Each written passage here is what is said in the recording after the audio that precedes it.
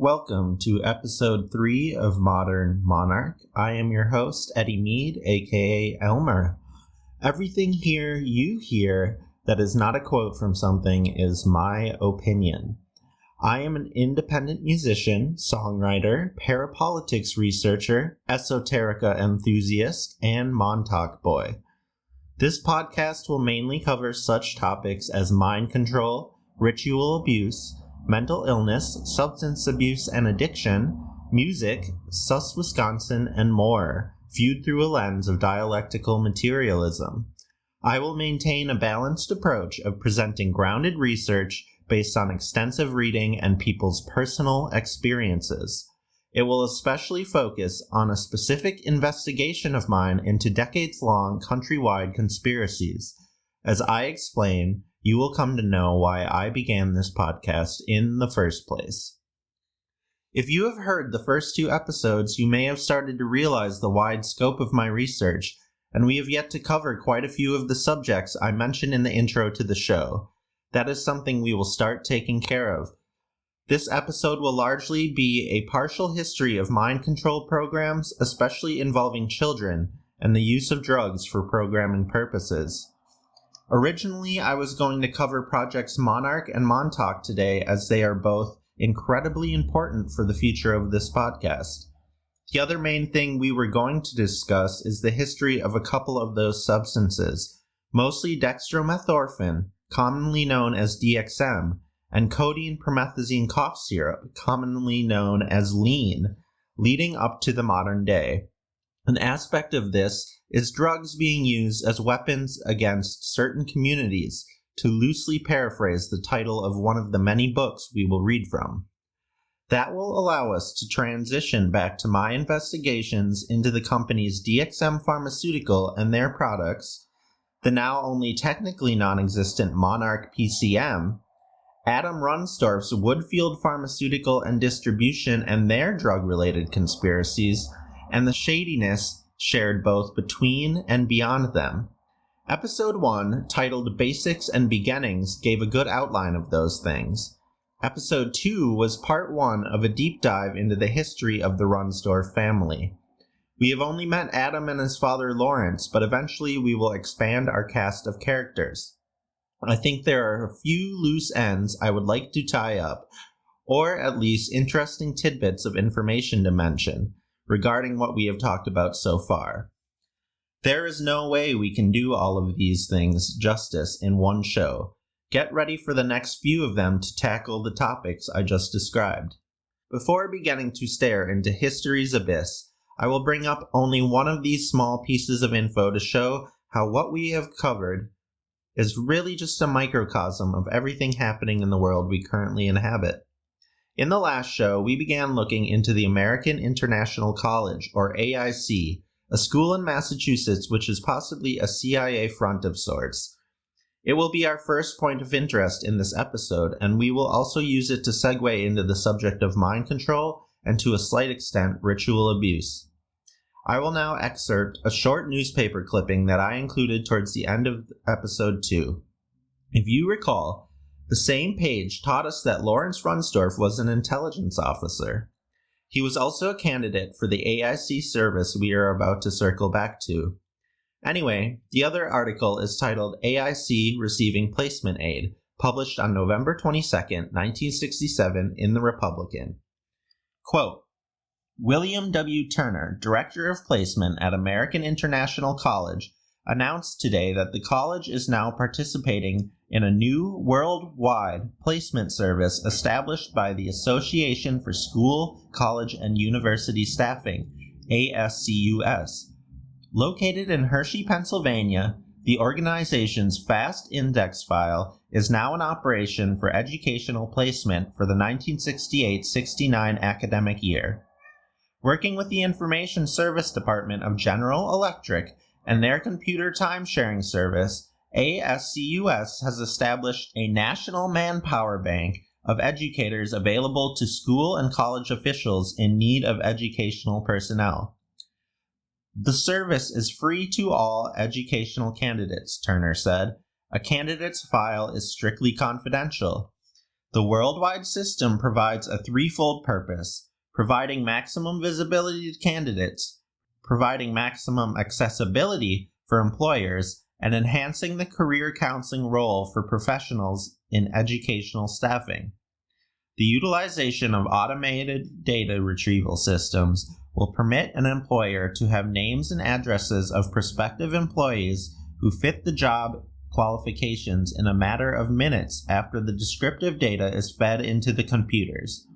Turner said, "This is another example where automation will prove a boon to educators and employers alike." End quote. Interesting. Automated computer stuff from back in 1967. It has certainly come a long way since then, and nowadays the world is an AI wasteland. I just wanted to read that for you to provide a single example of how the story I am telling is only a part of the painting of the world we live in today and how we got here. One more example I will quickly add is the recent Epstein Files release. You can find so much of what my show is about in those. To quote myself quickly, I recently said this on Twitter. Quote, "We have been vindicated. We are not delusional. It is not our fault that some cannot deal with reality and its horrors. Anyone who tries to shut us up can fuck right off straight to hell. Unfortunately for us all, it already exists here on Earth." End quote. Let's keep going with AIC. The info I'm about to present will pretty neatly lead us to our first main topic, mind control. So, to start, the American International College played a unique part in the European Recovery Program, commonly called the Marshall Plan, in the 1950s. In the late 1940s and early 1950s, the Marshall Plan provided almost 20 Western European nations with a whole lot of aid, an amount that today would be over $150 billion. It was meant to rebuild their economies after World War II, stabilize so-called democratic governments, and prevent the spread of communism, of course. The cooperation between nations that it created eventually led to the formation of both NATO and the EU. What role did AIC have? They hosted over 100 skilled artisans from European countries supported by the Marshall Plan, including Belgium, Norway, Italy, France, Turkey, United Kingdom, Denmark, Greece, the Netherlands, and Luxembourg. I was a little surprised to not find Germany on the list of nations that I found. However, Germans being brought over to the U.S. after World War II will be integral to the next section of today's show. The Marshall Plan was only one of the post-war, let's say, projects. And aside here, as you can tell from the school's name, American International College, it has prided itself in having a diverse student body since its founding in 1885. Long before the Marshall Plan, prior to the First World War, AIC already had students from 42 nations, coming from Europe, Asia, Africa, and North, Central, and South America. Back to its involvement in the Marshall Plan. Originally, the workers were in the country for a specialized educational training program. Participants were placed within certain industries in Springfield, Massachusetts, where AIC is located. One goal was teaching them how to replicate the American way of industrial efficiency, if you want to call it that. Known as the Silicon Valley of the Industrial Revolution, Springfield had a ton of large local employers that were major industrial hubs. The skilled Europeans worked at such places as the Springfield Armory and contractors that dealt with weaponry.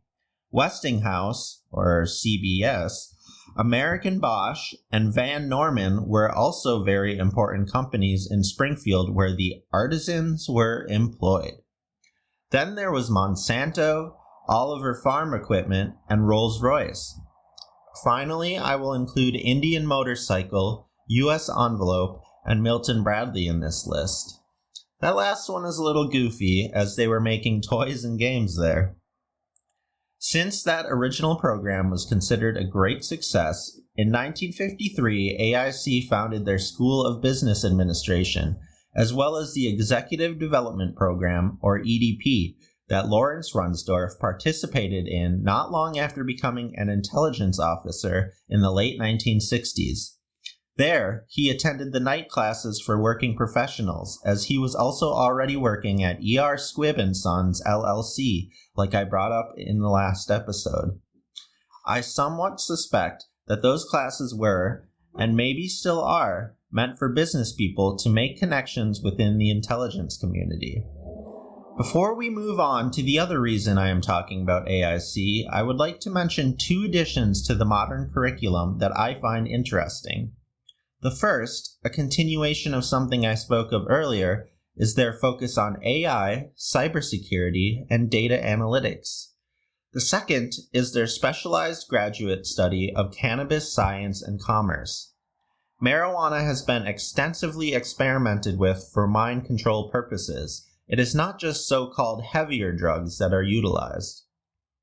Okay. Now for Curtis Blake Learning Services, started in 1969 at AIC.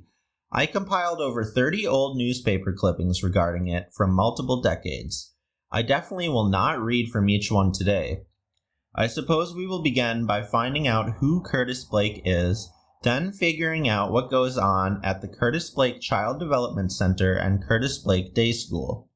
When we discuss those places, keep in mind my silly theory that AIC could be some kind of CIA cutout. This is all important because of some synchronicities with our upcoming stories of mind control programming. My research into this aspect of AIC has turned up a couple slightly eye-raising facts, but I will admit that it definitely seems somewhat benign in comparison to what we are going to learn about later. Depending on how you look at it, this show's first section could almost be seen simply as an inspirational tale. Why am I including it then? Well, it can all be used as an example of positive, successful projects that could easily have turned into the sinister, disturbing disasters we will have to hear of soon. Still, the learning services could be stranger than they were reported to be. Anyhow, this is Blake's New York Times obituary, which interestingly does not make a single mention of anything about the Learning Services, Child Development Center, or Day School. I do find the rest of his life story sort of wholesome though, at least on the surface. We need something light like this to start with, because once we get to the birth of modern mind control, we will be walking down an insanely dark path for multiple episodes. Reading the obit now. Quote, Curtis Blake, a founder of the Friendlies chain, dies at 102 by Daniel E. Slotnick, May 30th, 2019. Curtis Blake, who opened a Massachusetts ice cream store with his brother during the Depression and built it into Friendlies, a homey restaurant chain in the eastern United States, died on May 24th at his home in Hobe Sound, Florida. He was 102. His death was confirmed by his daughter, Susan Blake. Curtis and S. Presley Blake opened Friendly. The chain became Friendlies in 1989, with a $547 loan from their parents in their hometown Springfield, Massachusetts in the summer of 1935. With the Depression gripping the country, the brothers enticed customers by selling 2 scoops of ice cream for a nickel, about half the price their competitors charged, and the equivalent of about 95 cents today. Our customers didn't have any money, and neither did we, Mr. Blake told The Republican, a Springfield newspaper, in 2017. Their shop was an instant success, with a line out the door on opening night, but it required constant labor. One of us was always working, Mr. Blake, a longtime collector of classic cars, told the magazine Hemmings Classic Car in 2014. We went back and forth. When we closed our first shop at midnight, one of us would stay at the store and start making ice cream for the next day, and the other went home and slept. The Blake brothers complemented each other. Presley was the chief executive, in charge of managing the business, while Curtis handled personnel, ice cream production, and other aspects of their growing company. My mom used to say, if Prez owned the business alone, he wouldn't have any employees, Mr. Blake told the Boston Globe in 2014. If I owned the business alone, I would give it all away to the employees. In time, the menu expanded to include specialties like the Fribble, a thick milkshake, as well as elaborate ice cream sundaes and diner fare like hamburgers, french fries, and grilled cheese sandwiches. Mr. Blake and his brother sold Friendly to the Hershey's Food Corporation in 1979 for about $164 million, nearly $580 million in today's dollars. The Tennessee Restaurant Company bought the chain from Hershey in 1988 and officially changed the name to Friendly's the next year. Friendly's is now owned by an affiliate of Sun Capital Partners, a private equity firm that bought it for $337 million in 2007. Friendly's has struggled in recent years because of the 2008 recession, as well as changes in the restaurant industry and diners' preferences. It filed for bankruptcy protection in 2011 and closed about 100 stores.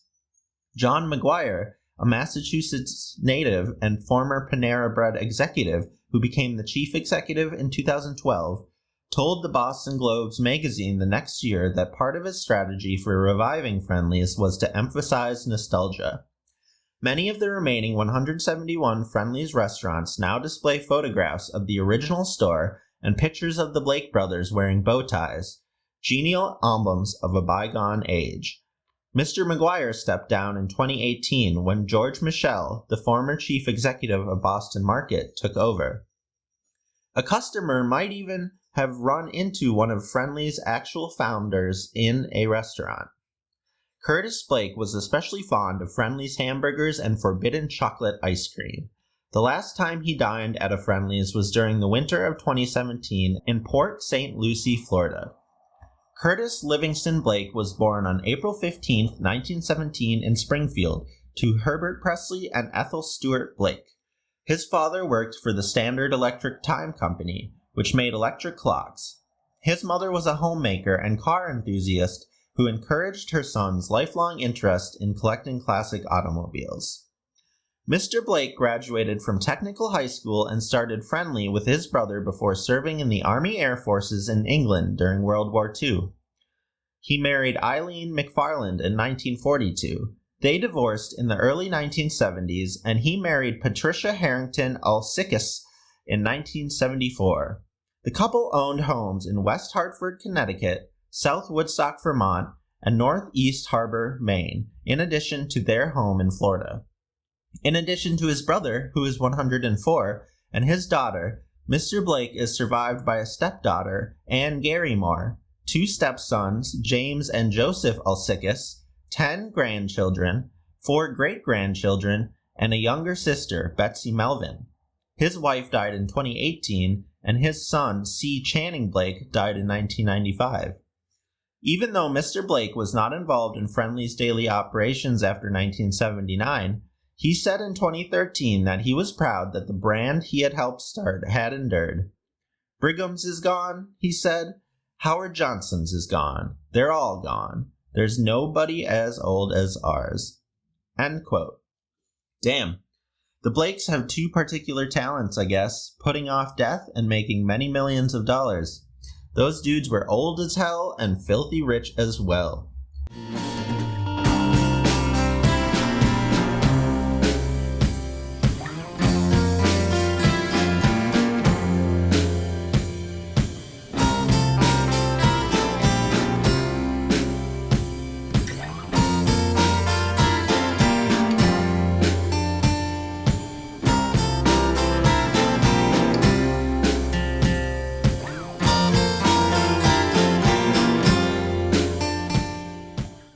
Now, from a Mass Live news article titled, Friendly's co-founder Curtis Blake has AIC remove his name from campus building, published on October 6, 2015 at 7:41 p.m. Quote, by Carolyn Robbins, special to the Republican. Springfield. Friendly's co-founder and philanthropist Curtis Blake said on Tuesday he has asked American International College to remove his name from the campus building that bears his name, saying, I have lost interest in helping American International College. Earlier this year, Blake expressed his disappointment with the decision by AIC's Curtis Blake Learning Services to close the off-campus Curtis Blake Day School for 37 students with language learning disabilities. Thanks to the efforts by parents of children at the day school and the support of Blake, the Curtis Blake Day School, which was located at the rear of Temple Beth El on Dickinson Street in Springfield since 1981, has since relocated to the campus of the Children's Study Home on Old Acre Road in Springfield. I asked my lawyer to draw up a letter to send to AIC, Blake said of his decision to remove his name from buildings and any other places on the school's State Street campus that bear his name. The letter from the Boston law firm of Ropes and Gray was sent a couple of weeks ago, he said. In a phone conversation from his West Hartford home, Blake said he received a letter last Friday from AIC's lawyer agreeing to the terms of his request. The name was being removed Tuesday from the Curtis Blake Center. End quote. Then there is a photo dated December 10th, 1973. I will read the caption and continue with the article. Quote, Springfield, Curtis Blake, co-founder of the Friendly Ice Cream Corp., left, and American International College president Harry J. Corniotes break ground for the Curtis Blake Center for Children with Learning Disabilities. With them at the site at the corner of State Street and Concord Terrace is AIC Building and Grounds Committee Chairman Ned N. Boyaji. The Children's Center, set for completion by September, was made possible by a $250,000 gift from Blake. A statement issued by a college spokeswoman said, Mr. Blake has been a generous donor to AIC. We are assured that he appreciates all the work the college has done in the community over the years. We respect Mr. Blake's wishes and will make the changes he has requested. Over the years, Blake has donated $1 million to the Curtis Blake Center at AIC, $250,000 when the building was built, and another $750,000 to expand the building, which led to the opening of the day school. The new Curtis Blake Day School opened for students on September 1st, with many students returning and with former principal Linda LaFontaine remaining as the school principal. In the meantime, officials of the new Curtis Blake School have requested equipment from AIC to help furnish the new classrooms, an appeal that appears to have been rejected in part by the college. In a letter to AIC, LaFontaine wrote a letter dated September 17th requesting several items that remain at 979 Dickinson Street. According to LaFontaine, these items include the past 5 years of MCAS test results stored in a metal cabinet in room 10. The state requires that we maintain these confidential records. The computer lab dedication plaque packed in a banker's box in room 18. The computer lab was dedicated to Kyle Langlier, a CBDS student who died of cancer at the beginning of his 8th grade year. This plaque is a special reminder to our staff of a beautiful young student. The staff employee records of our library that were packed in a banker's box in the cafeteria. These trade books were largely donated by parents, alumni, and purchased with monies earned at our book fairs. Reading books packed in banker's boxes in room 15 that were also purchased with monies donated by parents and alumni. In a first-class electronic mail from the law firm of Doherty, Wallace, Pillsbury, and Murphy of Springfield, dated October 1st, responded to LaFontaine's request. The letter reads, in part, the college does not intend to provide the Children's Study Home with any items requested pursuant to your September 17, 2015 letters, subject to the following. The college will provide students who attended the Curtis Blake Day School, operated by the college, with copies of their academic records upon written request made by the parent or guardian of any such students, noting that AIC is required to maintain records that were generated by the college when it operated the day school. Individuals who are employed by the college and who worked at the Curtis Blake Day School operated by the college are entitled to make a written request for their personnel file, noting that the college will provide the files on request.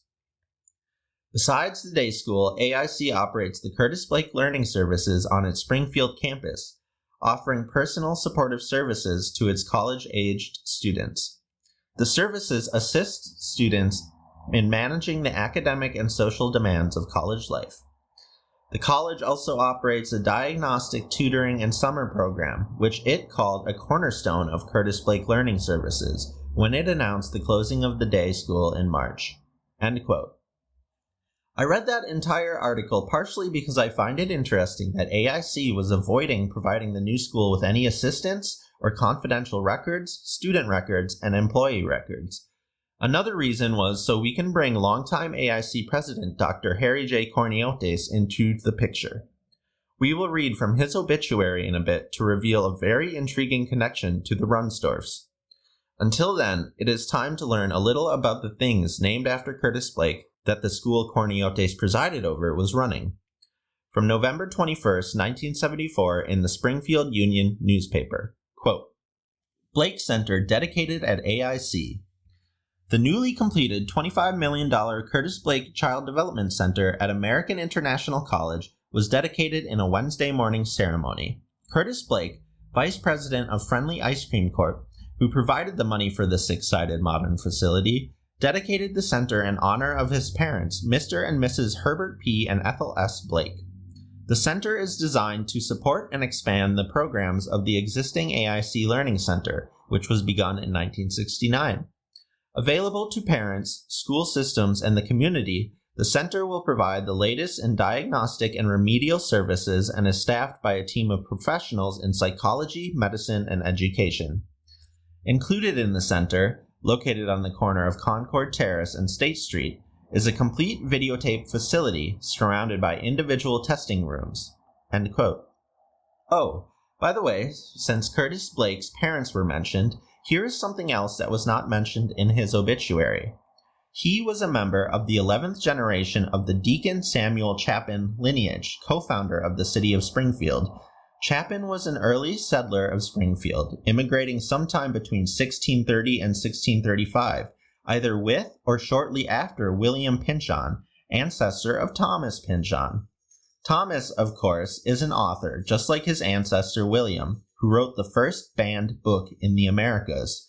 Because of that book, Pynchon had to resign as Springfield's magistrate, and a year later his son, one of his sons-in-law, and Samuel Chapin were appointed commissioners of the town, giving the three of them full governing authority over Springfield. Thomas Pynchon will appear again at another point in this series. Back to Samuel Chapin's distant family member, Curtis Blake, and the learning services he was a benefactor of. What caught my eye when I first found that old newspaper article was the final sentence, describing it as a complete videotape facility surrounded by individual testing rooms. Despite having a folder full of newspaper clippings about the Curtis Blake Center, it is somewhat difficult to ascertain adequate details about the teaching methods utilized there years ago. Let's include a couple more of those clippings, though, as we can find out some stuff. The next one I will read just portions of, skipping over quite a few paragraphs. From page 33 of the Morning Union, a Springfield newspaper published on January 23, 1975. The article is written by Carolyn Robbins and titled, Blake Center Provides Place in the Sun for Special Children. Quote, Blake Center has been approved by the Division of Special Education of the State Department of Education to provide ancillary services to school systems that are now required by state law, Chapter 766, to provide for the special education needs of children between the ages of 3 and 21. Universities, colleges, and clinics offering special education programs must be approved by the state in order to provide their services to communities. Blake Center is not accredited as a school. Most school systems provide programs for children with learning disabilities, but in some cases, schools are not equipped to aid a child with a severe learning problem. Blake Center contracts with schools to do supplementary work with these children. Testing. Before remedial programs are set up, Cleary Quinlan or staff psychometrician Mrs. Lorna Murphy tests a child thoroughly.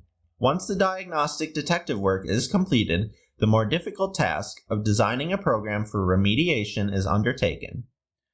Graduate students at AIC, there are approximately 55 enrolled in the program leading to a Master of Arts in Psychology with a major in learning disabilities, handle remedial work. They are supervised by Professors Cleary and Quinlan. Remedial training is accomplished on an individual basis. Teachers work one-to-one with pupils. Skills taught require constant drill, so it is important that a teacher provide adequate motivation to alleviate the tedium. Remediation rooms. The second floor of the center was designed primarily for work with children. There are 2 remediation rooms. Each can be subdivided by room partitioners. 3 one-way mirrors decorate the walls of each remediation area. On the other side of the mirror walls are 2 testing rooms and a videotaping station. From any of these vantage points, an observer can watch the teaching that is going on in the remediation rooms. 3 college credits in the field of learning disabilities are now sufficient enough to certify the special teachers. Professor Quinlan feels that the AIC's master's program will more than adequately prepare special teachers when the guidelines for certification are changed. End quote. Sounds like it was pretty darn easy to become a special education teacher, dealing with children as young as 3 years old. So, that article also mentions videotaping, and there is a photo of Professor Brian Cleary using one of the video cameras. What grabbed my attention even more while reading it were the one-way mirrors. In reading from that last article, I remembered that Professor Brian Cleary was a pilot and owned a Cessna 172 Skyhawk. That fact reminds me that one of Curtis Blake's homes was on Mount Desert Island off the coast of Maine. A few more short newspaper clippings to go, a very brief but interesting Runsdorf connection, then it is on to mind control, everyone. Here is an advertisement for the opening of the Curtis Blake Day School in September 1981. Quote, "The Curtis Blake Child Development Center of American International College announces the opening of the Curtis Blake Day School, September 1981. The Curtis Blake Day School is a full-day private school for children aged 6 to 11 who possess average or above average intelligence, but who experience specific difficulties in reading, written expression, and/or mathematics." End quote. Now, a clipping from the Sunday Republican. It is from August 21st, 1983. I will be skipping some paragraphs as I read from this. Quote, "Center turns troubled students into success stories" by Phyllis Andreoni, Republican staff. The center's benefactor is Curtis L. Blake, co-founder of the Friendly Ice Cream Corp., who calls his investment psychic income. The center began in 1969 as a small testing operation for children with learning disabilities on the second floor of an old house on campus. Operating was difficult at first. For one thing, Cleary reflects, the third floor had been condemned and couldn't be used. That house has since been demolished. Bob got several weeks of remedial attention at the center until the day school opened in September 1981. He is still with the school, is reading at the late 3rd grade level, and his self-image has grown. Bob is now a, quote within quote, happy child, end quote within quote. The school uses a method that taps into the child's own language, bypassing conventional school methods for teaching reading. Repetition is heavy. The kind of children we typically see are those with average to above average intelligence, said Quinlan. That's why we felt a day school was particularly needed. He said the most prevalent problem is dyslexia, a condition which causes difficulty in making the connection between symbols on a page and the brain. You can't say someone is dyslexic and pull a key off the shelf, said Cleary. The word dyslexia doesn't lead automatically to technique. The language technique used here is not used in a lot of places and is the result of research. That's why we put on conferences, to spread the word. End quote. I will end the excerpt there. The mention of conferences reminds me of a newspaper clipping from October 14, 1975, about a workshop Dr. Paul Quinlan, who has a doctorate in psychology from Yale, put on for teachers. It dealt with, quote, the moral and ethical development of children, end quote. Anyhow, as I said, the teaching methods used at the Curtis Blake Center and Day School are not detailed very much. There were a lot of strange new ways of teaching being experimented with back in those days, including neuro-linguistic programming for learning disorders such as dyslexia. It is considered a pseudoscience when utilized for such purposes, but it works very well for hypnosis. Here is a quick paragraph from a book by Tracy Twyman, whose work will help us out quite a bit in the future. It references Candy Jones, probably the most famous Project Monarch victim, and we will return to her story eventually. Quote, for instance, consider the case of Candy Jones, a popular New York pinup model who one day suddenly recovered repressed memories of having been used as a hypnotic courier for the government, i.e. mind control. As most forms of hypnosis usually do, Mind control training involves the use of neuro-linguistic programming, teaching the brain to associate certain words or sounds with the performance of certain actions, both mental and physical. Under this definition, teaching your dog to roll over on command is neuro-linguistic programming, although a more covert method would involve training him to roll over every time you said ice cream, and then to forget about the whole event as soon as you snap your fingers." End quote. Richard Bandler and John Grinder's 1975 book, The Structure of Magic, is the first to use the name neuro-linguistic programming to describe the method. Inspirations for their methodology included Jeffrey Epstein's pal Noam Chomsky, founding president of the American Society for Clinical Hypnosis Milton Erickson, and German psychiatrist, psychoanalyst, and psychotherapist and resident of the Esalen Institute, Fritz Perls, among others.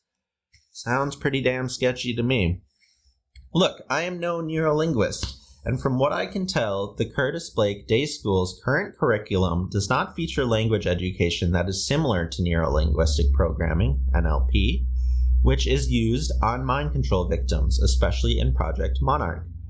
My point is that the center and school came to be during a time of many sus new learning practices, and the kids there were receiving one-on-one teaching by undertrained AIC graduates.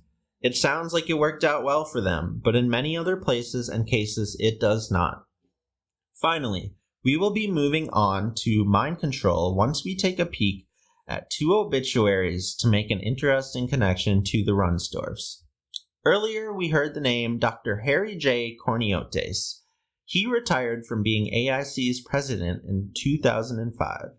He was the longest-serving higher education president in the U.S. First, we will read from his obituary, and then from the obituary of Albert L. Runsdorf, the father of Lawrence D. Runsdorf. Quote, Harry was a 32nd degree Mason and member of the Melha Shrine Temple in Springfield and the Royal Order of Jesters. End quote. Now from Albert Runsdorf's obituary. Quote, he was a member of Beth Israel Synagogue and its Brotherhood, the Chicopee Masonic Lodge, and the Melha Temple Shrine. He was a past president of the Temple Guard. End quote.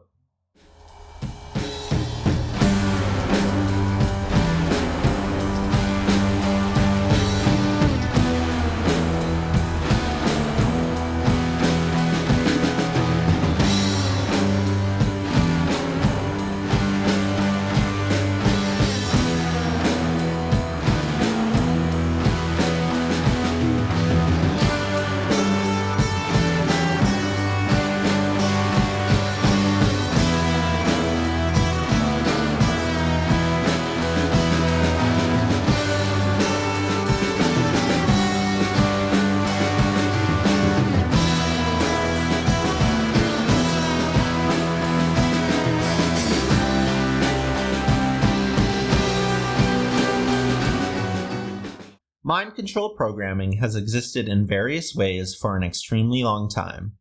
The Nazis even studied ancient Egyptian texts for techniques during their related research. However, today our focus will remain on the 20th and 21st century. The researcher Fritz Springmeier has alleged that the British intelligence agency MI6 began investigating mind control techniques soon after its formation in 1909, and that in World War I they used agents programmed with trauma-based DID, or dissociative identity disorder. I believe this to be true, and throughout this episode I will provide proof. Some of the most powerful people of the time in both Britain and America had an intense interest in eugenics, which led to their collaborative funding of experiments on humans, especially those that they considered feeble-minded. This was well underway by the time of the First World War. I highly recommend the book War Against the Weak by Edwin Black if you would like to learn more about early eugenics in those two countries. Sterilization was not their only goal, though.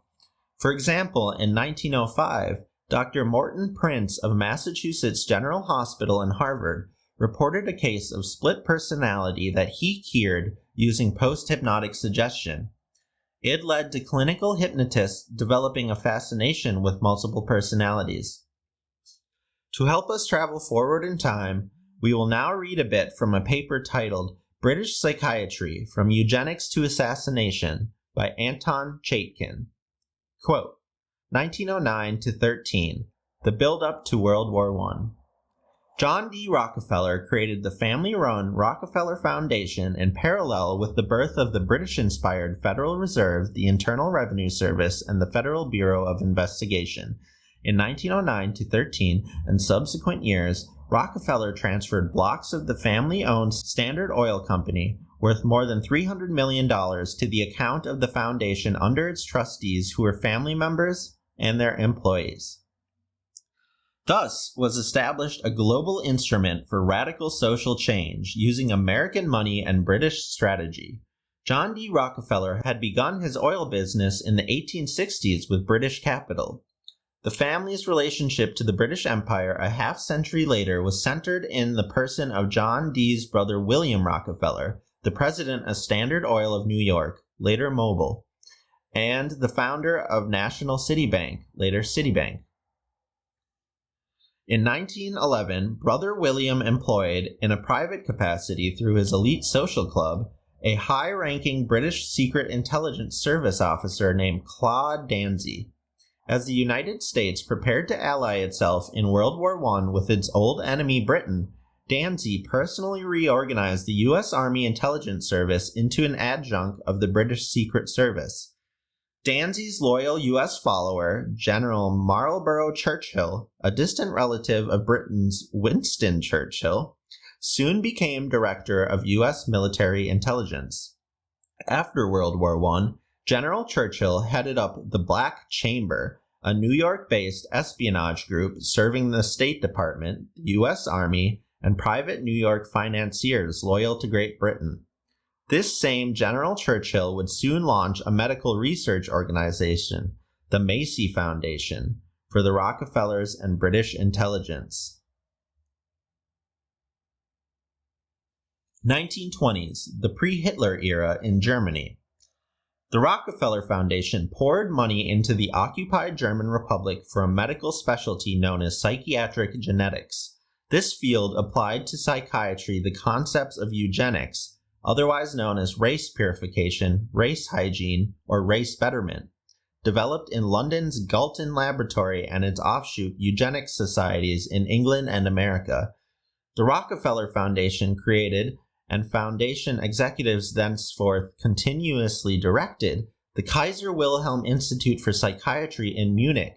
Before Rockefeller sponsorship, it was known as the Kraepelin Institute, and the Kaiser Wilhelm Institute for Anthropology, Eugenics, and Human Heredity.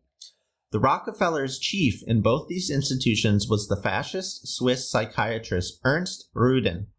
Assisted by his protégés, Rockefeller functionaries Ottmar Verheer von Verschuer and Franz J. Kallman. A British medical historian friendly to the Rockefellers recently explained how the family was introduced into this field in Germany. The foundation's quote within quote, German centers combined the search for organic signs of mental illness with eugenic products.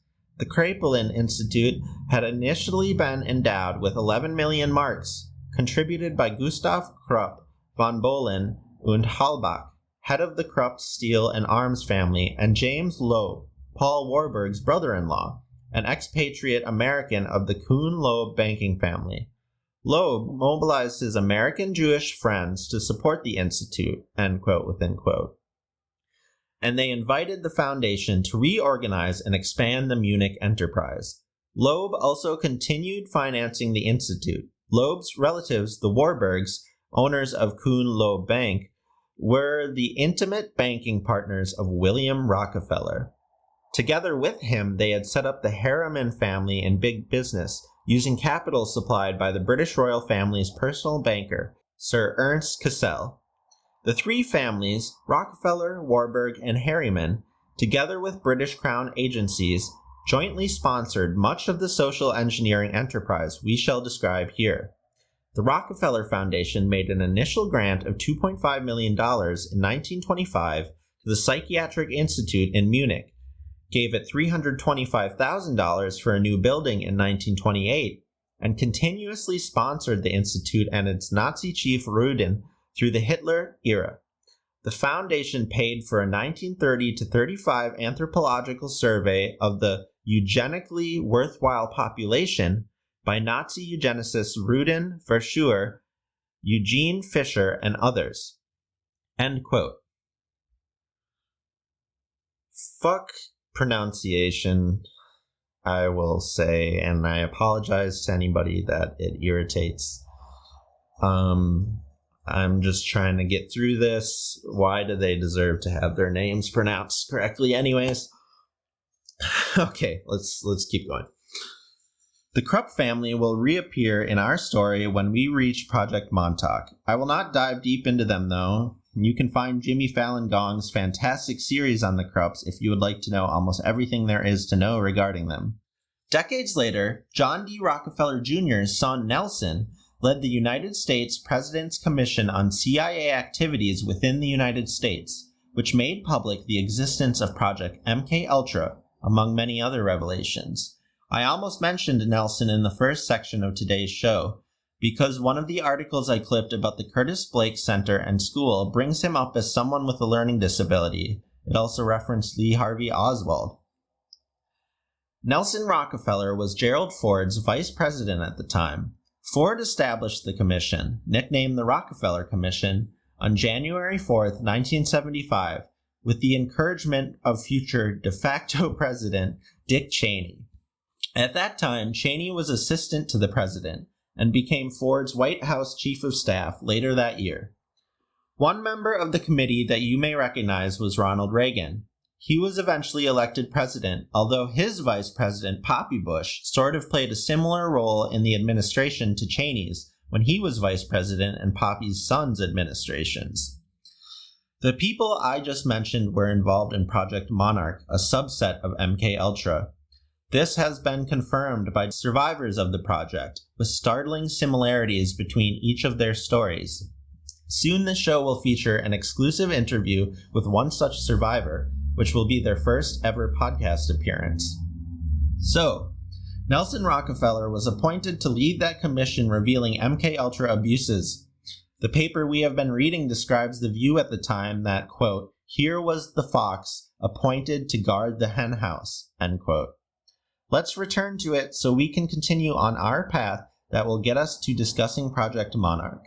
Also, these next 3 short sections of the paper tie Freemasonry further into the story I am telling today, and it will not be the final time that it is mentioned. Anyway, now to read. Quote, 1936 to 38, Columbia University's Chamber of Horrors. In 1936, the Scottish Rite's field representative of research on dementia praecox, Dr. Nolan D.C. Lewis, director of the New York State Psychiatric Institute, reported to the Scottish Rite Northern Supreme Council, quote, within quote, on the progress of the 14 research projects being financed by the Supreme Council, end quote, within quote. Scottish Rite strategist Winfred Overholser, the superintendent of St. Elizabeth's Hospital, a federal mental hospital in Washington, D.C., provided overall leadership for the Rite's psychiatric research. Though these projects are shrouded in mystery, one of them with particularly gruesome results has come to light. The study of hereditary degeneracy was proceeding in the Rockefeller Foundation's German enclaves when it hit a snag. Psychiatrist Franz J. Kallmann, protege of Nazi race scientist Ernst Rudin, was forced to leave his job. Kallmann was half Jewish. This was a big blow for Kallmann, who had proved his Nazi credentials at the International Congress for Population Science in Berlin in 1935. At that British-led meeting hosted by Hitler's Interior Ministry, Kallmann had argued for the sterilization of even the apparently healthy relatives of schizophrenics, along with the schizophrenics themselves, to securely eliminate all the defective germplasm. Without missing a step, Kallmann emigrated to America and became director of research in the New York State Psychiatric Institute, attached to Columbia University in Manhattan. The Scottish Rite's Dr. Lewis was the director of the institute. Cullmann simply continued in New York the Nazi propaganda work he had been doing for Rockefeller in Germany. The Scottish Rite of Freemasonry paid Cullmann to conduct a study of over 1,000 cases of schizophrenia in order to assert the claim that the mental disorder was inherited. Cullmann's study was published simultaneously in the United States and Nazi Germany in 1938. In the preface, Cullmann thanked the Scottish Rite and his mentor Rudin. He called schizophrenics a, quote within quote, source of maladjusted crooks and the lowest types of criminal offenders. Even the faithful believer in liberty would be happier without those, end quote within quote.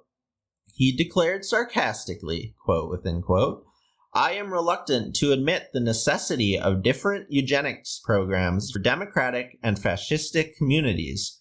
There are neither biological nor sociological differences between democratic and totalitarian schizophrenic, end quote within quote. Cullmann's scholarly American study was used by the Nazi government's T4 unit as a part of its pretext to begin in 1939 the murder of mental patients and various other defective people, many or most of them children. Lethal gas and lethal injections were used to kill 200 to 250,000 people under this program, in which the staffs for a broader program of mass murder were desensitized and trained. 1939 to 40, the deal for Auschwitz. The German chemical company IG Farben and Rockefeller's Standard Oil of New Jersey were effectively a single firm, merged in hundreds of cartel arrangements. IG Farben was led, up until 1937, by the Warburg family, Rockefeller's partners in banking and in the design of Nazi German eugenics. Following the Nazi invasion of Poland in September 1939, Britain and Germany declared war on each other and World War II began. But later that month, Standard Oil executives flew to the Netherlands on a British Royal Air Force bomber and met with IG Farben executives. Standard Oil pledged to keep the merger with IG Farben going, even if the United States entered the war. This was exposed in 1942 by Senator Harry Truman's investigating committee, and President Franklin Roosevelt took hundreds of legal measures during the war to counter the Standard Oil IG Farben cartel's supply operation for the enemy war machine. In 1940 to 41, IG Farben built a gigantic factory at Auschwitz in Poland to utilize the Standard Oil IG Farben patents with concentration camp slave labor to make gasoline from coal. The SS guarded the Jewish and other inmates and selected for killing those who were unfit for IG Farben slave labor. Standard Germany President Emil Helfferich testified after the war that Standard Oil funds helped pay for the SS guards at Auschwitz. On March 26, 1940, 6 months after the Standard Oil IG Farben meeting, European Rockefeller Foundation official Daniel O'Brien wrote to the foundation's chief medical officer, Alan Gregg, that, quote within quote, it would be unfortunate if it was chosen to stop research which has no relation to war issues, end quote within quote. The non-war related research continued. The Rockefeller Foundation defends its record by claiming that its funding of Nazi German programs during World War II was limited to psychiatric research, end quote. Sure. And as if that makes it all right.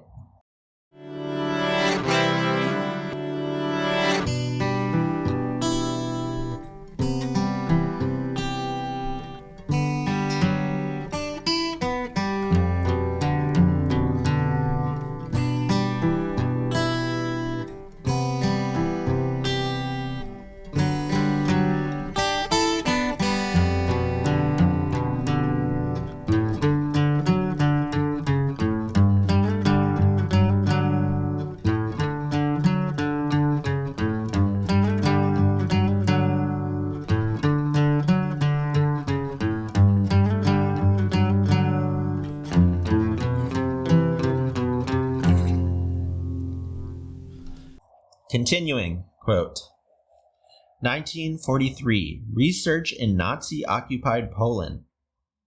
In 1943, Ottmar Verschuer's assistant Josef Mengele was made medical commandant of Auschwitz. As wartime director of Rockefellers Kaiser Wilhelm Institute for Anthropology, Eugenics, and Human Heredity in Berlin, Verschuer secured funds for Mengele's experiments at Auschwitz from the German Research Council. Verschuer wrote a progress report to the council, quote within quote, "My co-researcher in this research is my assistant, the anthropologist and physician Mengele. He is serving as Hauptsturmführer and camp doctor in the concentration camp Auschwitz, with the permission of the Reichsführer SS, Himmler. Anthropological research is being undertaken on the various racial groups in the concentration camps, and blood samples will be sent to my laboratory for investigation," end quote within quote. Mengele prowled the railroad cars coming into Auschwitz, looking for twin children, a favorite research subject of Frankenstein-type psychiatric geneticists. On arrival at Mengele's experimental station, twins filled out a detailed questionnaire from the Kaiser Wilhelm Institute. There were daily drawings of blood for Verschuer's specific protein research. Needles were injected into eyes for work on eye color. There were experimental blood transfusions and experimental infections. Organs and limbs were removed, sometimes without anesthetics. Sex changes were attempted. Females were sterilized, males were castrated. Thousands were murdered, and their organs, eyeballs, heads, and limbs were sent to Verschuer and the Rockefeller Group at the Kaiser Wilhelm Institute. After the war, Mengele was a famous target of Nazi hunters pursuing him to South America. But his boss, Verschuer, was regarded in a different light. He was a high-level Rockefeller operative. In 1946, Verschuer wrote to the Bureau of Human Heredity in London, asking for help in continuing his scientific research. In 1947, the Bureau of Human Heredity moved from London to Copenhagen, and Verschuer moved to Denmark to join the British group there. The new Danish building for this group was erected with Rockefeller money. The first International Congress in Human Genetics following World War II was held at this Danish institute in 1956. Dr. Kallman helped save Verschuer by testifying at his denazification proceedings.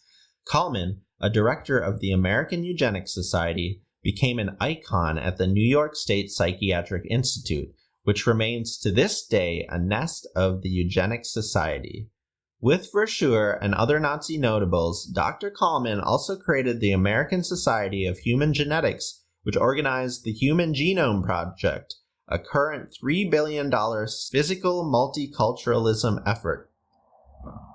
1943, Research in North America. With the war on, the Rockefeller Foundation and the Canadian military joined their psychiatric forces. Canadian Army Medical Director Dr. George Brock Chisholm had been trained as a psychiatrist at the Tavistock Psychiatric Clinic in London, and Tavistock, the British Crown's central mind-bending agency, was a major Rockefeller Foundation beneficiary. In 1943, the Rockefeller Foundation created the Allen Memorial Institute at McGill University in Montreal. Eugenics-oriented psychiatrist Donald Ewan Cameron, a Scottish immigrant to the United States, was placed in charge of the Institute's psychiatry. Experiments in coercive interrogation and brainwashing would be conducted at Allen Institute under the auspices of the Canadian military, the Rockefeller Foundation, and the U.S. Central Intelligence Agency.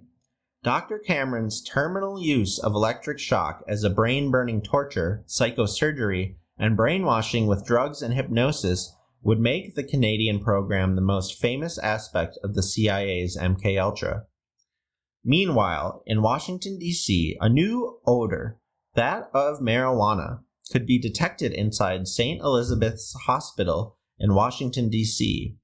St. Elizabeth's is the mental hospital where presidential assailants or other federal cases are kept.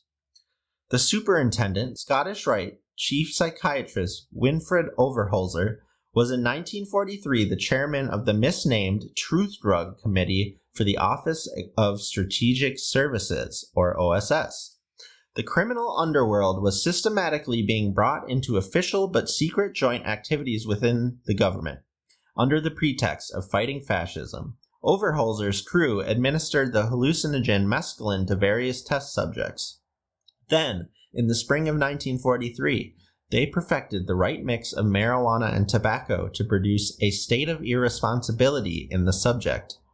The official OSS story is that the New York Mafia hitman August Del Gracchio began smoking Overholser's joints on May 27, 1943, in order to loosen his tongue.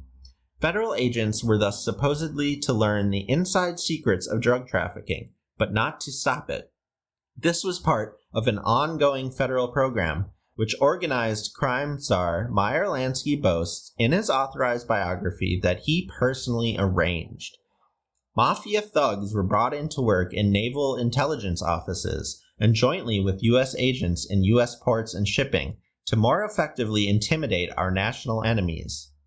Former CIA staff member John Marks writes in The Search for the Manchurian Candidate that Overholser's working group included counterintelligence agents inside the Manhattan Project atomic bomb project and the FBI, which was under the direction of Dr. Overholser's Scottish Rite comrade, FBI Director J. Edgar Hoover.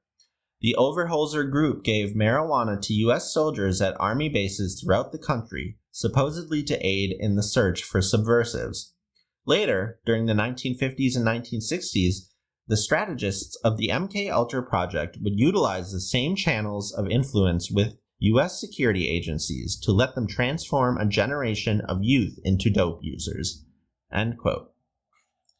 I know I read the majority of that paper, but that is because, as far as I know, it is little known. It contains a bunch of information that is incredibly relevant to the topics of this podcast. A lot of that info will have to be studied with greater detail in future shows. We can use a couple things as jumping off points, though. For one, there is the obsession eugenicists have with bloodlines. Children of certain bloodlines were preferred for Project Monarch and Project Montauk mind control programming. These include families with histories of incest and sexual abuse, Satanism and occultism, DID and prior programming, and those with rare blood types and other genetic properties. Celtic and German bloodlines were considered the most preferable for Project Montauk kids. Does that remind you of the Scottish Rite and Nazis? Obviously, Josef Mengele was interested in bloodlines. We will be covering him extensively, especially in that interview I mentioned. He played an integral role in Project Monarch. For now, I will just bring up another allegation that Fritz Springmeier has made. It is from his book titled The Illuminati Formula Used to Create an Undetectable Total Mind-Controlled Slave, which we might eventually read more from. The book is co-written with a former programmer who is also a survivor by the name of Cisco Wheeler. I would like to state here, though, that I think Springmeier's focus on the Illuminati is misguided. They are not nearly as powerful or important as he believes them to be, and there is not a singular group of evil people that control the world. I have other qualms with him as well, which may warrant their own episode. I will not bring up all of that yet, but here's one intriguing morsel of info. A different book of his, the subject of which was completely about the Illuminati, was at the Abbottabad compound in Pakistan, Osama bin Laden's hiding place. I hope throughout this podcast you will realize that I am more of a skeptic about some stuff than other researchers and survivors. Like I say in the intro to every episode, I maintain a balanced approach. I constantly check myself to remain aware of misinformation and disinformation. It can be easy to buy into everything we are told about topics that are still shrouded in mystery. These things are just not at all simple. Regardless of Springmeier's talk of the Illuminati, if you substitute it with a broader idea of the many factions of people in power, his writings are great resources on the subject of mind control programming, specifically Project Monarch. The few paragraphs I am about to read begin as about CIA fronts, but are mostly about Mengele, and will allow us to forge ahead with our larger story. Quote, some of those fronts are elaborate, well-staffed, well-equipped programming sites, such as many of the state mental hospitals, McGill Psychiatric Training Network consisting of 8 Montreal hospitals, especially St. Mary's, NASA in Huntsville, Alabama, the Presidio, California, and Knots, NOTS, at China Lake, California, to name a few. The Illuminati couldn't do it alone without its fronts. Satanists within the network and the CIA took over Boys Town, Nebraska in the early 1950s and used that famous orphanage for a constant supply of boys for programming. Boys Town is perhaps the most famous, but there are a whole long list of others. When the Monarch programming started, the top men were Illuminati. Originally, Josef Mengele was the lead programmer. He had already achieved the rank of Grand Master, later Ipsimus, within the Illuminati. He had become skilled in music, in Kabbalistic magic, in dancing, in abortions, and in torture. By the way, Mengele had a sadistic mother, and programming children. Many of the concentration camp children that Mengele programmed still survive and still love him to this day as Daddy. Mengele disappeared from Auschwitz in January 1945, several months before the final chaos began in the Third Reich.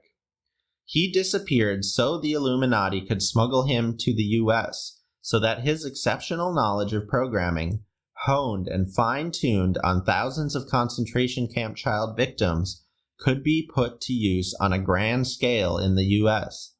He traveled worldwide, but especially in western U.S., doing his programming accompanied by his pair of 2 black servants. American Monarch survivors remember his spotless German uniform, his shiny boots which he wore during programming, his thick German accent, his handsome features, his cleft chin, the space in his front teeth, the way he would jab with his thumb while programming, as if he were still saying links, rechts, to lines of Jews coming into the concentration camps. The reason Mengele was so excited to do the selection process of inmates coming into Auschwitz was that he was choosing inmates for his numerous mind control trauma experiments. He was especially anxious to get identical twins, because his genetic research related to mind control needed persons of identical genetic makeup. Traditionally, the Illuminati had been having their children inspected by a woman with the rank of Grand Mother. She would determine the fitness of the children and then present them for a formal acceptance ceremony at age 3 to the Grand Druid Council. This procedure didn't change when Mengele came over. The programming just jumped from being an occult science to one that had full access to the medical, psychiatric, judicial, scientific, and governmental sectors via the power of the National Security Act and the intelligence agencies. The Illuminati's programming of multiples prior to Mengele's arrival were simplistic, compared to the sophisticated techniques engineered by the Nazi Germans, whose mind control research included some non-German nationals such as some Italians." End quote. A quick aside, the repeated mentions of McGill University as a front reminds me slightly of AIC. The schools just have different priorities or areas of study, I suppose. Anyhow, we will make a crazy Josef Mengele connection at the end of the episode. It is important to note that multiple survivors who encountered him have said that he went by the name Dr. Green in his post-war years. Gail Perkins, one survivor he experimented on and programmed, places him in Canada. Say goodbye to that uniquely evil man for the moment, though. He was far from the only Nazi taken to the United States when the Second World War ended. Eventually, we will discuss one in particular who decided to flee back down to South America after it was discovered that he had none of the medical degrees he claimed and was charged with perjury. Through research I am doing for the survivor I will be interviewing, I have been able to map out quite a bit of his life and career. He conducted medical experimentation on young people in Florida and New Jersey for nearly a decade, possibly elsewhere and for a longer period of time. The majority of those experiments were done at the infamous Florida School for Boys, also known as the Arthur G. Dozier School for Boys, in Marianna, Florida.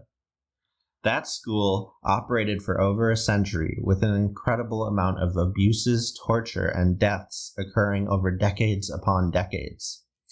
Over 50 bodies of boys have been unburied on the property. Bryant Middleton, who was sent to the school in 1959, said that he is in possession of a list of over 130 boys who, quote, died at the school, or disappeared, and whose last known resting place we can't find." End quote.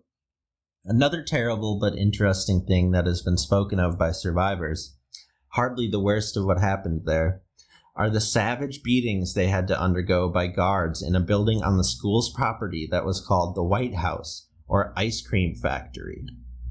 There was one especially sadistic guard, known as the One-Armed Enforcer.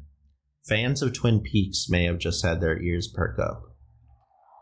We will cover the topic in great detail, revealing connections to a serial killer, now imprisoned in California, who was also a handler for intelligence agencies involved in mind control and sex trafficking. This information has not been made public before. It is possible that I will be in communication with him for my research. As I mentioned earlier while speaking of the Curtis Blake Center and School in Massachusetts, there are spots for children that seem to be on the up and up. And then there are almost endless examples of similar places that are absolutely horrible and ruin many lives of innocent kids.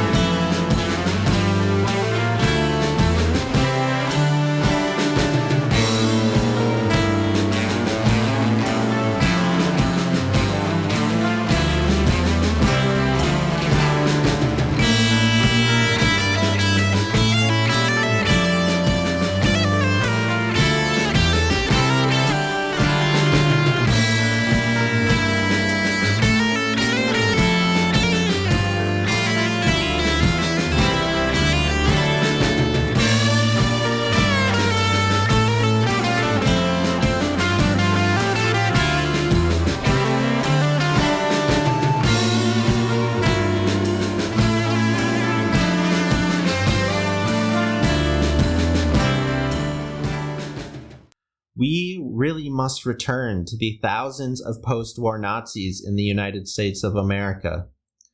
Nowadays, Project Paperclip is pretty common knowledge, so I will not spend a ton of time explaining it. It is not as widely known as the Marshall Plan, though, which, as you probably remember, also brought over professionals from European nations, including to American International College. To connect almost everything we have covered so far, juxtapose the more out-there writings we just heard, and make our way through the modern history of mind control. I will be reading excerpts from an incredibly well-researched, well-sourced book. It was written by Dr. Colin A. Ross, MD, and is titled The CIA Doctors: Human Rights Violations by American Psychiatrists. The book is based on 15,000 pages of documents obtained through the Freedom of Information Act, FOIA. You will recognize many characters and settings from earlier in this episode. First, this is some of the first chapter, and I say some because I will be skipping over less important paragraphs to preserve time. Quote, 1. Project Paperclip. At the end of World War II, German scientists and technical experts were being held in a variety of detainment camps by the Allies and Russians. The British, French, Americans, and Russians became embroiled in a highly competitive recruiting effort to secure the services of these German specialists. Many of the scientists, however, could not qualify for immigration visas into the United States because they were war criminals or had actively served the Nazi cause. The prospect of losing the industrial and scientific services of these German experts led to the creation of a series of secret programs including Paperclip, Project 63, and National Interest. Through these programs, over 1,000 German scientists and their families were secretly brought into the United States without State Department scrutiny or approval. Recruitment of German scientists through Paperclip and related projects continued into the 1980s. The most famous individual brought over in this manner was Wernher von Braun, the rocket scientists. Medical doctors also came over under Paperclip. Dr. Albertus Struckold, was named Chief Scientist of the Aerospace Medical Division of the U.S. Air Force in 1961. He is regarded as the father of aviation medicine.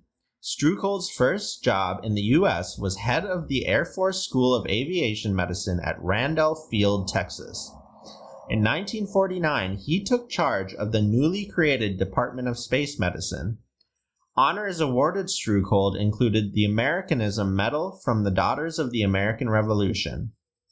Also, June 15, 1985 was declared Dr. Albertus Struckold Day by the Texas Senate. The Aerospace Library at the School of Aerospace Medicine, Brooks Air Force Base, San Antonio, Texas, is dedicated to Struckold.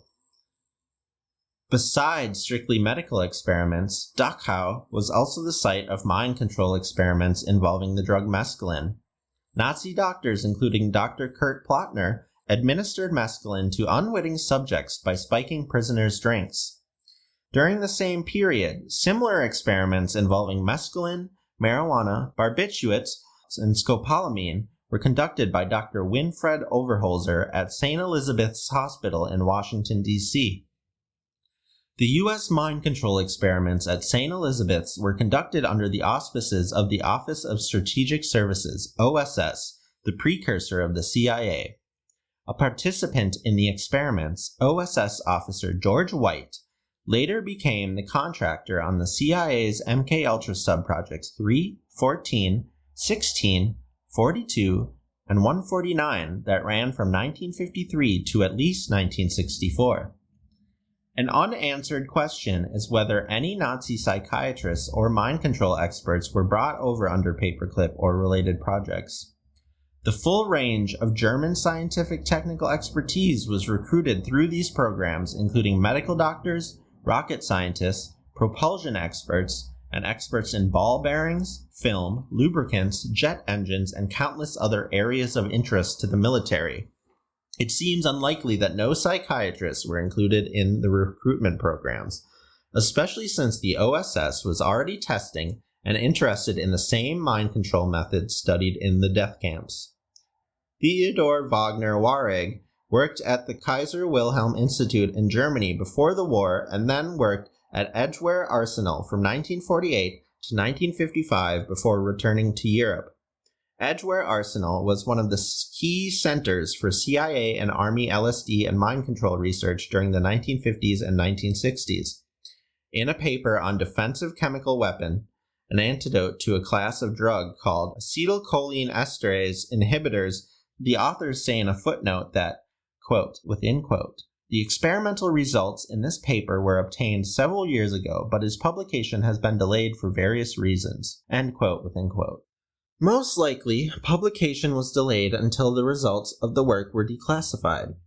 Under the listing of authors, the paper is said to be, quote within quote, from the Research Directorate, United States Army Chemical Research and Development Laboratories, Army Chemical Center, Maryland, end quote within quote. Whether or not Wagner Wareg came over under Paperclip is not the point. The point is that any psychiatrists brought over as mind control experts ought to be identifiable. There was a round of declassification of mind control documents in the 1970s, which were the foundation of books published in the 1970s and 1980s. These documents and books did not examine the possible role of German paperclip psychiatrists in mind control experimentation. The subject remains untouched by scholarly and investigative hands, but is an essential part of the historical background. End quote. NASA will eventually come into play in a big way during our story. Mind control and sex slaves. It will be a tough listen, but we cannot ignore it. The truth must not be brushed under the rug any longer. The second chapter is about the Tuskegee Syphilis Study. It is important because it shows that the government had no qualms with conducting horrifying experiments on Black communities. This has synchronicities with how drugs were and are trafficked and funneled into predominantly minority communities. If you have heard my previous episodes, you will know that the Sus Woodfield Pharmaceutical and Distribution and the Marshall Drug Trafficking Organization collaborated to produce and distribute 65,920 gallons of counterfeit codeine promethazine cough syrup across the country. Most of it ended up in Houston, Texas. The Houston rap scene is the home of lean. or codeine promethazine cough syrup mixed with other beverages. It is where the recreational use of the substance began back in the 1960s. We will get into that subject later in depth. The full name of the study was the Tuskegee Study of Untreated Syphilis in the Negro Male. For 40 years, from 1932 until 1972, around 400 African American men were infected with syphilis without their consent or knowledge even. Next, this is the final paragraph of that chapter of the CIA doctors. Quote, "The Tuskegee Syphilis Study is relevant to mind control in several ways. It establishes that a large network of doctors and organizations were willing to participate in, fund, and condone grossly unethical medical experimentation into the 1970s. This is the general setting for the psychiatric participation in mind control and creation of the Manchurian Candidate. The study proves that such experiments resulted in serious damage to study subjects and their children. Finally, the Tuskegee Syphilis Study proves that considerable external pressure is often required before the medical profession takes the necessary action to terminate such experimentation. The role of general medicine in Tuskegee is the same as psychiatry's role in mind control." End quote. The two publicly known CIA mind control programs before MKUltra are BLUEBIRD and Artichoke. BLUEBIRD officially began on April 20th, 1950, when it was approved by CIA Director Roscoe Killencoder. I am putting emphasis on it officially beginning then, since we have established that the CIA's precursor, the OSS, was experimenting way beforehand. They were primarily focused on creating a Manchurian Candidate even before the Korean War, which is when that phrase was first popularized. The war started 2 months after BLUEBIRD. A bit over a year later, in August 1951, the project was renamed Artichoke. Proof that experiments were happening much earlier can be found at the back of the book, in Appendix A, the G.H. Estabrooks documents. Let's read 2 brief letters written to Estabrooks. Quote, "John Edgar Hoover, Director, Federal Bureau of Investigation, United States Department of Justice, Washington, D.C., July 12, 1939. Dr. G.H. Estabrooks, Placement Bureau, Colgate University, Hamilton, New York. Dear Dr. Estabrooks, permit me to acknowledge receipt of your letters of June 19th and 27th and July 6th, 1939. I read with great interest the hypothesis which you put forth concerning the sinking of submarines. I realize, of course, that you are only suggesting things that could conceivably happen upon the basis of your experiments and the experimentation of others, and that you are not suggesting that such a situation actually did occur in any of the recent submarine disasters. I appreciate your interest in forwarding these theories to me, and your letters are being retained in file for possible future reference in connection with the general subject matter of hypnotism. Sincerely yours, signed J. Edgar Hoover." End quote.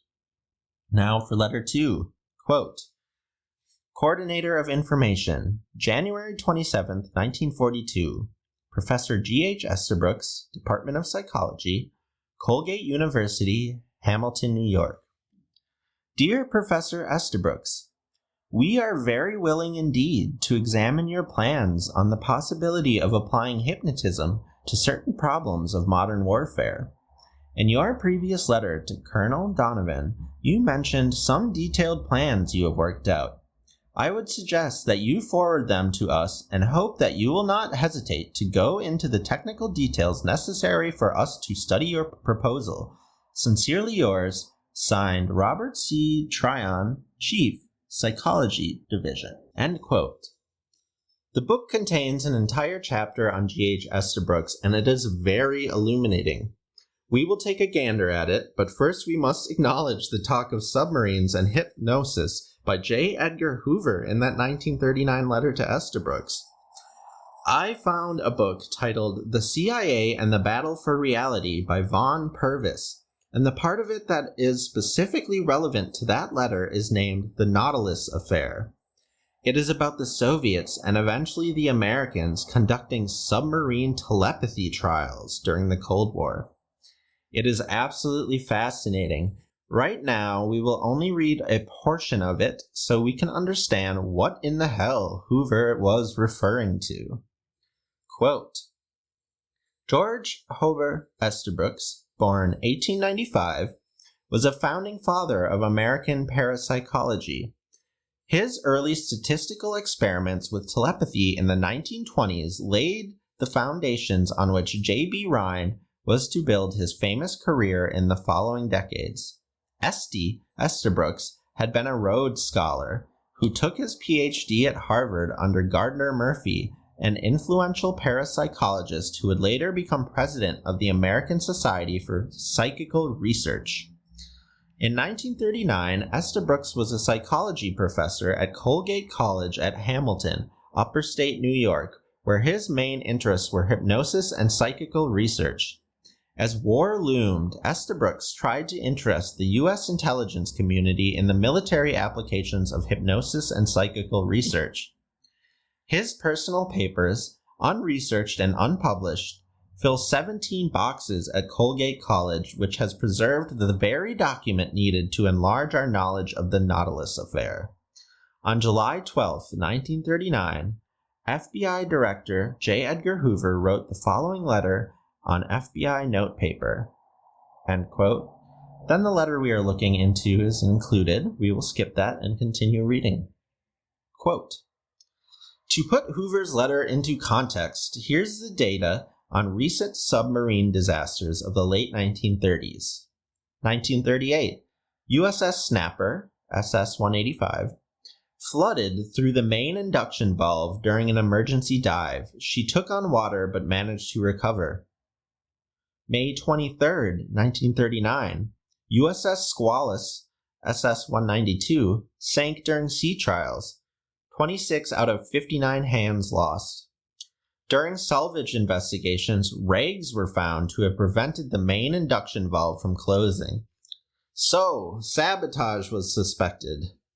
Estabrooks had warned Hoover that loyal Americans unwittingly hypnotized by Nazi agents could have sabotaged the submarines on the activation of a post-hypnotic suggestion, perhaps even years after the original hypnosis. A hypnotically conditioned saboteur would have no conscious idea that he was a traitor, nor any conscious memory of his treasonous acts. Believing himself to be innocent, he would be immune to all normal methods of interrogation. The only method of breaching hypnotic amnesia was by re-hypnotizing the subject, for which purpose Esty would place himself at the disposal of the intelligence community. After Pearl Harbor, Estabrooks worked as an advisor on the offensive uses of hypnosis and parapsychology to the War Department. He gave presentations and seminars for FBI and service psychological warfare staff, enjoyed continuing correspondence with J. Edgar Hoover, and tried to sell his idea to the Office of Strategic Services, OSS, the forerunner of the CIA. Estabrooks conceded that further research was necessary before he could be absolutely certain that a hypnotized subject would commit murder at the suggestion of the hypnotist. Reluctant to proceed with such an experiment without higher approval, Estabrooks looked to the OSS to relieve him of personal responsibility. Quote within quote, any accidents that might occur during the experiments will simply be charged to profit and loss, a very trifling portion of that enormous wastage in human life which is part and parcel of war. End quote within quote. Despite this cold-blooded promotion, Estabrooks' ideas were never taken as seriously as he hoped, perhaps because he believed in human survival of bodily death. In a word, he was a spiritualist. Years later, during the Cold War, the CIA would find a use even for this. See Chapter 7, Dealings with the Dead. But for the time being, Estabrooks was a shade too weird to be taken seriously. In 1945, at the war's end, he teamed up with ghostwriter Richard Lockridge, born 1898, to publicize his ideas in the form of a novel. Death in the Mind begins with a series of treacherous acts committed by loyal Americans against their own side. A submarine commander torpedoes an American battleship, and even the glamorous heroine starts behaving unpatriotically out of character. Secret agent Johnny Evans discovers that German agents have been hypnotizing American citizens and conditioning them to obey the Nazi will.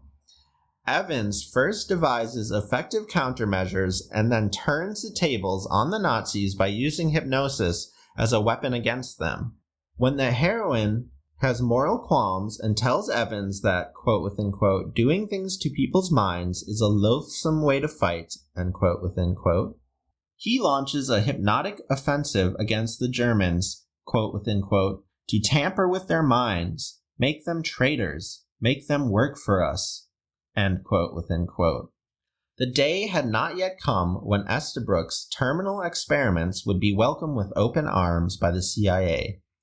We'll leave secret agent Johnny Evans to sort out the Nazis while Estabrooks moves forward to 1959 and the Cold War against communism. Still at Colgate College and still in regular contact with FBI Director J. Edgar Hoover, he is now a senior consultant on hypnotic mind control and parapsychology to the CIA. Under Project MKULTRA, the Johnny Evans concept is taken so seriously that more than $10 million is spent on mind control research in the decade 1953 to 1963. End quote. I am attempting to remain on the road to Project Monarch, but occasionally short detours such as that reading must be taken. We are going to end here for today. I will be picking up right where we left off in episode 4 with G.H. Estabrooks and continue to Monarch. And then in episode 5, we will be returning to Curtis Blake Learning Services, Masonry, and Jesters, and submarine stuff as well. Stay safe, everyone.